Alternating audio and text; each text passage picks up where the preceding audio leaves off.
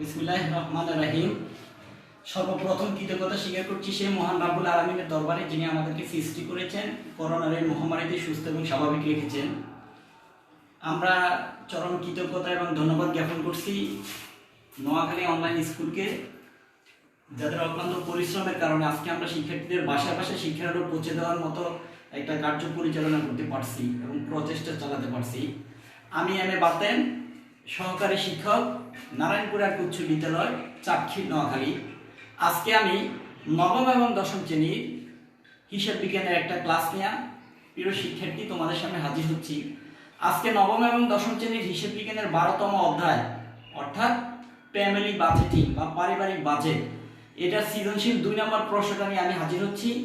শিক্ষার্থী বন্ধুরা, যাদের সামনে এখন বই আছে বা যারা আমাদের লাইভটা উপভোগ করছো, তারা তোমাদের হিসাব বিজ্ঞান বইয়ের 12তম অধ্যায়ের পারিবারিক বাজেটের 2 নম্বর সৃজনশীল প্রশ্নটা খুলে আমাদের সাথে লাইভে অংশগ্রহণ করতে পারো, অথবা কাগজ কলম নিয়ে তোমরা বসতে পারো। আমি আবার বলছি, নবম এবং দশম শ্রেণীর হিসাব বিজ্ঞানের 12তম অধ্যায়ে পারিবারিক বাজেট, এই অধ্যায়ের পৃষ্ঠা নাম্বার 211। আমি আবার বলছি, পৃষ্ঠা নাম্বার 211 পৃষ্ঠার পারিবারিক বাজেট সৃজনশীল 2 নম্বর প্রশ্নটা আমরা এখন আলোচনা করব। শিক্ষার্থী বন্ধুরা, এখানে একটা গাণিতিক সমস্যা দেওয়া আছে, সেই গাণিতিক সমস্যাটা আমরা আগে পড়ে তারপর আমরা ক্লাসটা করাবো। আসো। বিষয় হিসাব বিজ্ঞান, শ্রেণী নবম দশম, হিসাব বিজ্ঞান, অধ্যায় দ্বাদশ, পারিবারিক বাজেট, পৃষ্ঠা নাম্বার 211। শিক্ষার্থী বন্ধুরা যারা ফলো করছো, দেখো পৃষ্ঠা নাম্বার 211, সৃজনশীল 2। এই সৃজনশীল 2 নম্বর প্রশ্নটা আমরা এখন তোমাদের সামনে নিয়ে হাজির হয়েছি। এখন সেই প্রশ্নটা পড়বো এবং তোমাদের সামনে এই প্রশ্নটা আমরা পুঙ্খানুপুঙ্খানুরূপে এটা করে দেখাবো এবং সমস্যার সমাধানটা করব। তাহলে পৃষ্ঠা নাম্বার 211, সৃজনশীল অঙ্ক 2, অধ্যায় দ্বাদশ। দেখো কি লিখে আছে 2 নম্বর অঙ্কটা। 1 জানুয়ারি 2017 তারিখে ডাক্তার মাহাদির পারিবারিক অবস্থা নিম্নরূপ: বাড়িঘর 10 লক্ষ টাকা, আসবাবপত্র 90,000 টাকা, বিনিয়োগ 10,000 টাকা, গহনাপত্র 80,000 টাকা, হাতে নগদ 3,000 টাকা, ব্যাংক ঋণ 6,000 টাকা। ডাক্তার মাহাদির পারিবারিক প্রাপ্তি ও প্রদান হিসাব 31 ডিসেম্বর 2017 সালে সমাপ্ত বছরের জন্য। দেখো শিক্ষার্থী বন্ধুরা, তাহলে এটা গেল প্রারম্ভিক, অর্থাৎ 1 তারিখে তার এই সম্পত্তি এবং দায়গুলো ছিল। আর ডাক্তার মাহাদির 31 ডিসেম্বর 2017 সালে সমাপ্ত বছরের জন্য যে প্রাপ্তি এবং প্রদান হিসাবটা দেওয়া আছে, সেই প্রাপ্তি এবং প্রদান হিসাবটা কি ছিল? দেখো, প্রাপ্তি সমূহ: হাতে নগদ 1/1/17 3,000 টাকা, বেতন 3,63,000 টাকা, বিনিয়োগের সুদ 1,500 টাকা, রুগী দেখে প্রাপ্তি 1,20,000 টাকা। এইগুলো ছিল প্রাপ্তি। আর প্রশ্নে প্রদান সমূহ দেওয়া ছিল কি? দেখো, খাদ্য সামগ্রী ক্রয় 60,000 টাকা, দৈনন্দিন বাজার 1,20,000 টাকা, টেলিভিশন ক্রয় 23,000 টাকা, খবরের কাগজ 3,500, শিক্ষা খরচ 28,000, গ্যাস পানীয় বিদ্যুৎ খরচ 21,000, ব্যাংকের স্থায়ী আমানত 2,25,000 টাকা, উদিত্ত 31/12/2017 অর্থাৎ সমাপনী উদিত্ত ছিল 7,000 টাকা। অন্যান্য কিছু তথ্য দেওয়া আছে শিক্ষার্থী বন্ধুরা। দেখো, অন্যান্য তথ্যের মধ্যে আছে গ্যাস পানি বিদ্যুৎ খরচ 1,500 টাকা বকেয়া আছে, বিনিয়োগের সুদ 1,500 টাকা পাওয়া যায়নি। করণীয়, সৃজনশীল 2 নম্বর প্রশ্ন 211 পৃষ্ঠা, অর্থাৎ দ্বাদশ অধ্যায়ের সৃজনশীল 2 নম্বর প্রশ্নটা। করণীয় কি শিক্ষার্থী বন্ধুরা? দেখো, ডাক্তার মাহাদির পারিবারিক তহবিল নির্ণয় করো। খ নম্বর বলছে 31 ডিসেম্বর 2017 তারিখে সমাপ্ত বছরের আয় ব্যয় বিবরণী প্রস্তুত করো। আমি আবার বলছি, 31 ডিসেম্বর 2017 তারিখে সমাপ্ত বছরের আয় ব্যয় বিবরণী প্রস্তুত করো। গ নম্বর বলছে ডাক্তার মাহাদির পারিবারিক অবস্থার বিবরণী প্রস্তুত করো। তাহলে শিক্ষার্থী বন্ধুরা, ডাক্তার মাহাদির একটা গাণিতিক সমস্যা দেওয়া আছে সৃজনশীল 2। ক নম্বর প্রশ্নটাকে আমাদেরকে বলা হচ্ছে ডাক্তার মাহাদির পারিবারিক তহবিল নির্ণয় করো। শিক্ষার্থী বন্ধুরা, পারিবারিক তহবিল নির্ণয় করার ক্ষেত্রে আমাদেরকে অবশ্যই মাথায় রাখতে হবে, আমরা জানি পারিবারিক তহবিল সমান প্রারম্ভিক মোট সম্পদ বিয়োগ প্রারম্ভিক মোট দায়। কিভাবে নির্ণয় করবো শিক্ষার্থী বন্ধুরা? পারিবারিক 1 তারিখের প্রারম্ভিক মোট সম্পত্তি থেকে প্রারম্ভিক মোট দায়, অর্থাৎ 1 তারিখের সম্পত্তিগুলো থেকে 1 তারিখের দায়গুলো বিয়োগ করার পরে যেই রেজাল্টটা পাবো বা যে ফলাফলটা পাবো, সেটাই হচ্ছে পারিবারিক তহবিল। এখন আসো আমরা পারিবারিক তহবিলটা কিভাবে নির্ণয় করবো সেটা তোমাদেরকে দেখাচ্ছি। সবাই কাগজ কলম নিয়ে বসে থাকো এবং লাইভটা উপভোগ করো।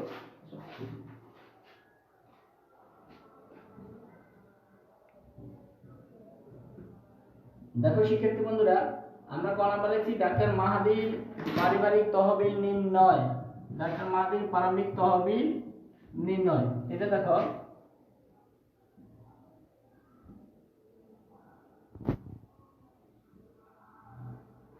আমরা লিখব বিবরণ টাকা টাকা। শিক্ষার্থী বন্ধুরা দেখো, আমরা জানি ডাক্তার মাহাদির পারিবারিক তহবিল নির্ণয় অর্থাৎ প্রারম্ভিক তহবিল নির্ণয় করতে গেলে 1 তারিখের মোট সম্পত্তিগুলো, আমরা জানি পারিবারিক তহবিল নির্ণয় করতে গেলে 1 তারিখে অর্থাৎ বছরের প্রথমে মোট সম্পত্তিগুলো থেকে মোট দায়গুলো বিয়োগ করব, অর্থাৎ প্রারম্ভিক মোট সম্পদ বিয়োগ প্রারম্ভিক মোট দায়। তাহলে আমরা এখানে পারিবারিক তহবিল নির্ণয় করতে গেলে লিখব সম্পদ সমূহ। ভালো করে ফলো করো, সম্পদ সমূহ। দেখো শিক্ষার্থী বন্ধুরা, এখানে লেখা আছে বাড়িঘর 10 লক্ষ টাকা, আমরা এখানে লিখব বাড়িঘর। ভালো করে ফলো করো, বাড়িঘর 10 লক্ষ টাকা, বাড়িঘর 10 লক্ষ টাকা। তারপরে আছে কি দেখো, আসবাবপত্র 90,000, আমরা সম্পত্তি লিখব আসবাবপত্র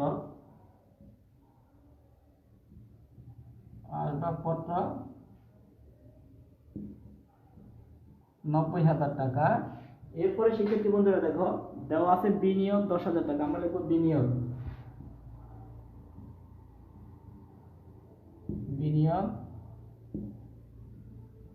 10,000 টাকা। এরপরে আমরা লিখব গহনাপত্র মানে স্বর্ণ অলংকার 80,000, এটাও সম্পদ। গহনাপত্র গহনাপত্র আমাদের আছে 80,000 টাকা, আমরা এখানে লিখব গহনাপত্র 80,000 টাকা। এরপরে আমরা লিখব ক্যাশ ইন হ্যান্ড হাতে নগদ 3,000 টাকা। ভালো করে ফলো করো, হাতে নগদ 3,000 টাকা। ব্যাংক ঋণ এটা দায়, এটা আমরা দায়ের পাশে লিখব। তাহলে আমাদের প্রারম্ভিক মোট সম্পদ কি কি ছিল? বাড়িঘর 10 লক্ষ টাকা, আসবাবপত্র 90,000 টাকা, বিনিয়োগ 10,000 টাকা, গহনাপত্র 80,000 টাকা, হাতে নগদ 3,000 টাকা। তাহলে এই ফিগারগুলো যোগ করে শিক্ষার্থী বন্ধুরা আমাদের মোট দাঁড়ায় কত তোমরা জানো? আমাদের এই ফিগারগুলো যোগ করে হবে 11 লক্ষ। আমাদের এই ফিগারগুলো দাঁড়ালে হবে 10 লক্ষ 11 লক্ষ 83,000 টাকা। আমরা লিখব 11,83,000 টাকা। শিক্ষার্থী বন্ধুরা দেখো আমাদের প্রারম্ভিক মোট সম্পদ শেষ। এবার আমরা লিখব বাদ দায়সমূহ। দায়সমূহ কি আছে দেখো, প্রারম্ভিক দায়সমূহ অর্থাৎ 1 তারিখে দায় ছিল তোমার ব্যাংক ঋণ 6,000 টাকা, আমরা লিখব ব্যাংক ঋণ।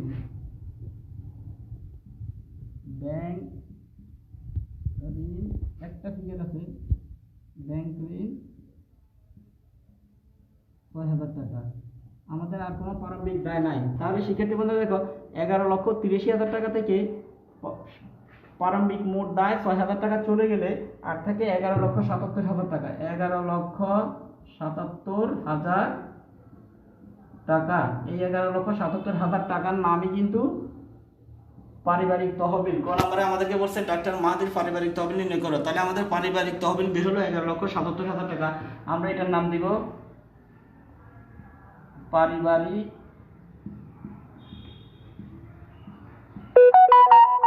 তহবিল। তাহলে শিক্ষার্থী বন্ধুরা আমাদের পারিবারিক তহবিল কত বের হলো? 11,77,000 টাকা। এবার খ নম্বর প্রশ্নটা আমাদেরকে বলছে ডাক্তার মাহাদি, খ নম্বর প্রশ্নটা শিক্ষার্থী বন্ধুরা আমাদেরকে কি বলছে? 31 ডিসেম্বর 2017 তারিখে সমাপ্ত বছরের আয় ব্যয় বিবরণী প্রস্তুত করো। এবার আমরা আয় ব্যয় বিবরণী প্রস্তুত করব, তোমরা সবাই আমাদের দিকে ফলো করো। তাহলে এটা মুছে ফেলি, তোমরা ফলো করো।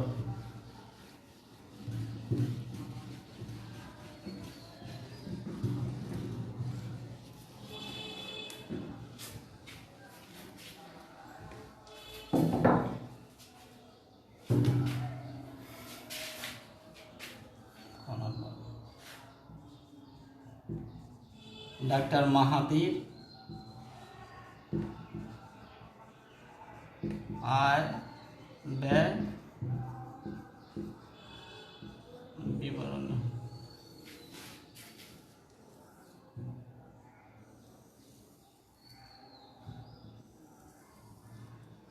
তাহলে শিক্ষার্থী বন্ধুরা তোমরা ফলো করো।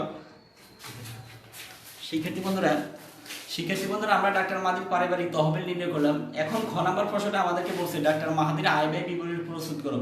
আমরা জানি ডাক্তার মাহাদির আয় ব্যয় বিবরণী অর্থাৎ 31 তারিখের মুনাফা জাতীয় আয়গুলো থেকে মুনাফা জাতীয় ব্যয়গুলো বিয়োগ করব। যেই ফিগারটা দাঁড়ায় সেটাই হচ্ছে আয়ের উদ্বৃত্ত অথবা ব্যয়ের ঘাটতি। আমাদেরকে খ নাম্বারে বলছে 31 ডিসেম্বর 2017 তারিখে ডাক্তার মাহাদির আয় ব্যয় বিবরণী প্রস্তুত করো।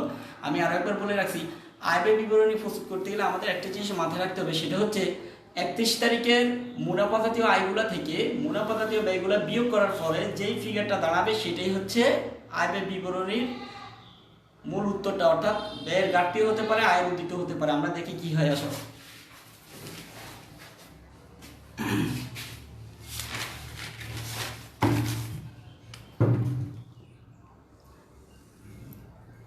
দেখো শিক্ষার্থী বন্ধুরা, বিবরণ টাকা টাকা টাকা আমরা এখানে লিখবো আয় সমূহ, অর্থাৎ 31 তারিখের আয় সমূহ। আমরা আয় সমূহ লিখব। কি কি মুনাফা জাতীয় আয় আছে তোমরা দেখো। আয় সমূহের মধ্যে এখানে আছে, দেখো এখানে আছে বেতন 3,63,000 টাকা। আমরা লিখবো বেতন বেতন বেতন লিখবো 3,63,000 টাকা। বেতন 3,63,000 টাকা। এরপরে শিক্ষার্থী বন্ধুরা দেখো আছে বিনিয়োগের সুদ 1500 টাকা। বিনিয়োগের সুদ আমরা লিখবো বিনিয়োগের সুদ, এখানে লিখবো 1500 টাকা। শিক্ষার্থী বন্ধুরা এখানে কেন লিখছি জানো? কারণ আমাদেরকে সমন্বয় বলা হচ্ছে, বিনিয়োগের সুদ 1000 টাকা পাওয়া যায় নাই। আমরা লিখবো যোগ অনাদায়ী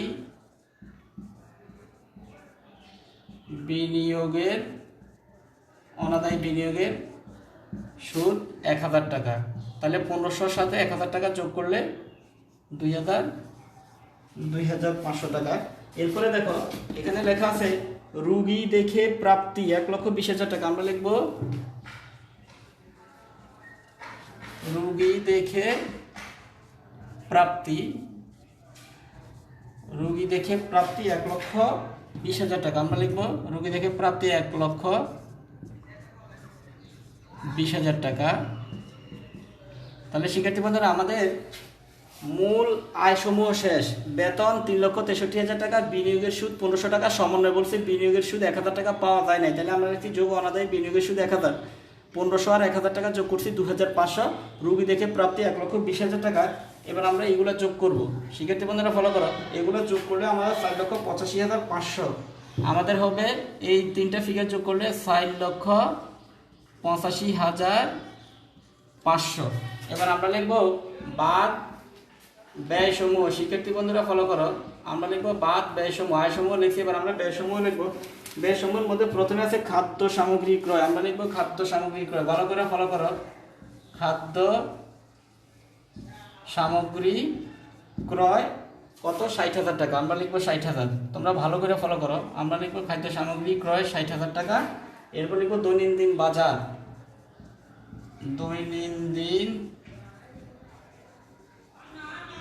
দৈনন্দিন বাজার আমরা লিখবো 1,20,000 টাকা। 1,20,000 টাকা। এরপরে আমরা লিখবো টেলিভিশন ক্রয়। এটা লিখবো না, কারণ এটা মুনাফা জাতীয় ব্যয় নয়, এটা মূলধন জাতীয় ব্যয়, এটা হবে না। খবরের কাগজ, এটা বারবার কিনা লাগে, এটা মুনাফা জাতীয় ব্যয়। আমরা লিখবো খবরের কাগজ।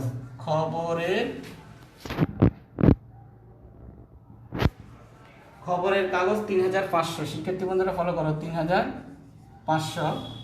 এরপরে আমরা লিখবো শিক্ষা খরচ। এটা বারবার করা লাগে, এটা মুনাফা জাতীয় ব্যয়। শিক্ষা খরচ 28,000। শিক্ষা খরচ 28,000 টাকা।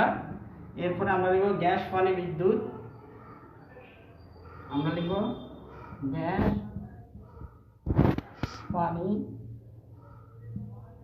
পানি বিদ্যুৎ আমরা লিখবো 21,000। শিক্ষার্থী বন্ধুরা 21,000। এখানে কেন লিখছি?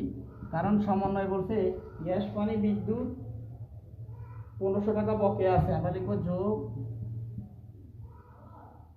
বকেয়া 1500। তাহলে 21,000-এর সাথে 1,500 যোগ করলে 22,000 500 টাকা,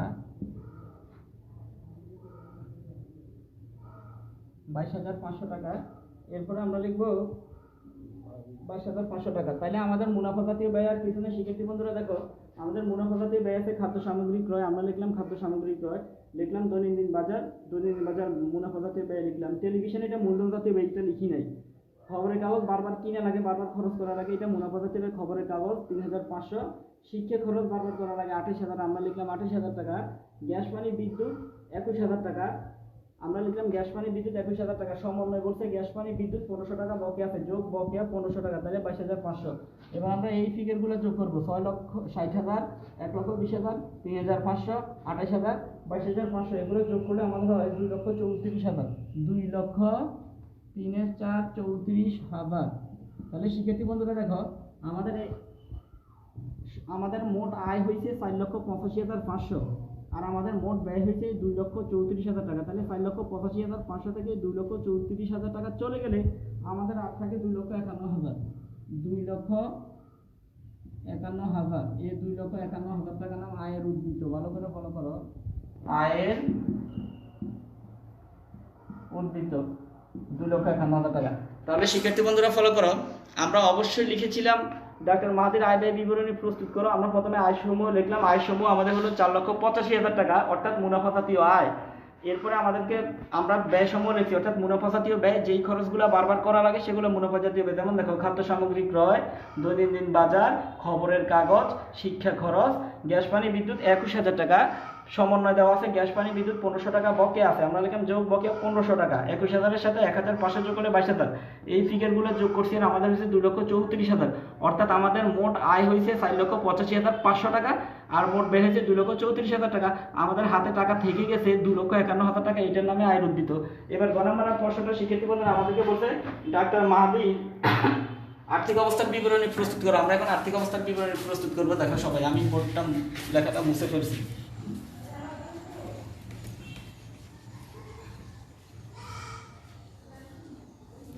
শিক্ষার্থী বন্ধুরা ফলো করো,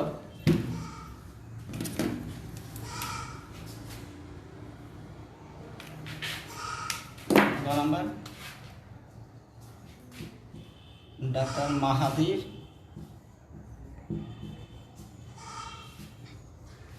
আর্থিক অবস্থার বিবরণী। ভালো করে তোমরা ফলো করো শিক্ষার্থী বন্ধুরা।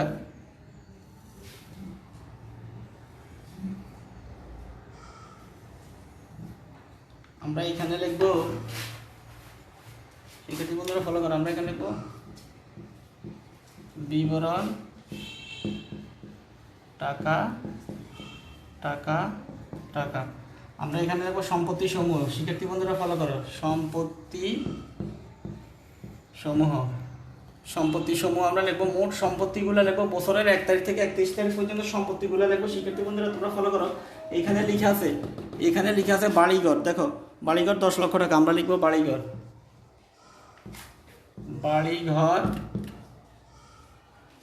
10 লক্ষ টাকা। এই 10 লক্ষ। তারপরে দেখো আসবাবপত্র 90,000, আমরা লিখবো আসবাবপত্র। ভালো করে ফলো করো, আসবাবপত্র 90,000 টাকা। আসবাবপত্র 90,000 টাকা। এরপরে বিনিয়োগ। শিক্ষার্থী বন্ধুরা দেখো বিনিয়োগ 10,000 টাকা, আমরা লিখবো বিনিয়োগ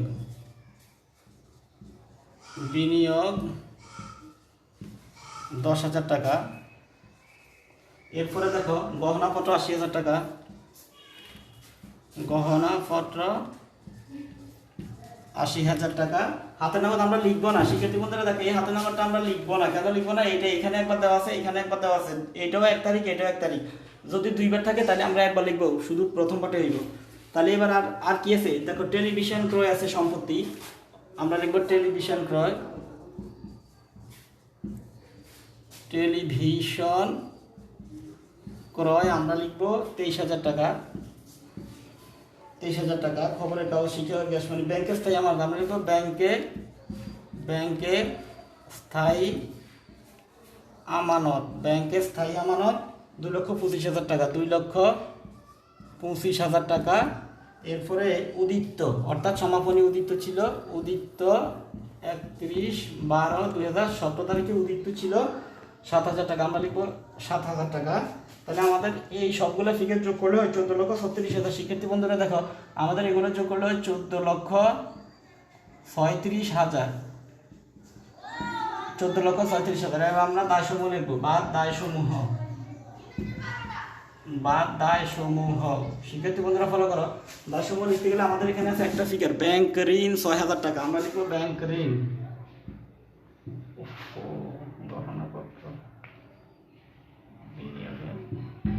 এখানে একটা ফিগার রয়ে গেছে, দুঃখিত শিক্ষার্থী বন্ধুরা, আমাদের ওই যে বিনিয়োগের অনাদায়ী সুদ রয়ে গেছে। বিনিয়োগের অনাদায়ী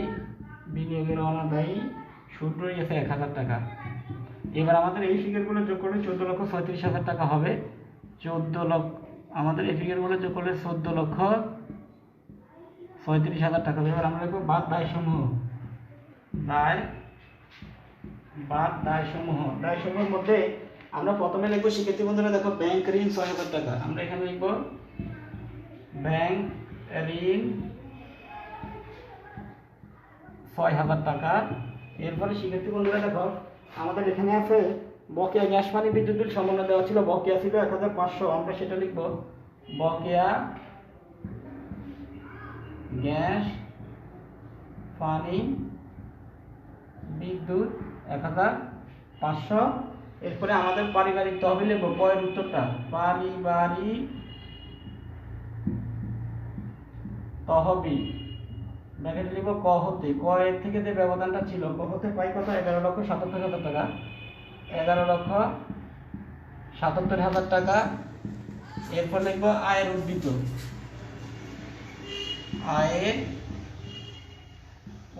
ব্র্যাকেট লিখবো খ হতে পাই। ক্ষয়ের উত্তরটা কত ছিল, 2,51,000, 2,51,500। এবার এই ফিগারগুলো যোগ করছি, যোগ করার পরে আমাদের হবে 14,36,000 টাকা।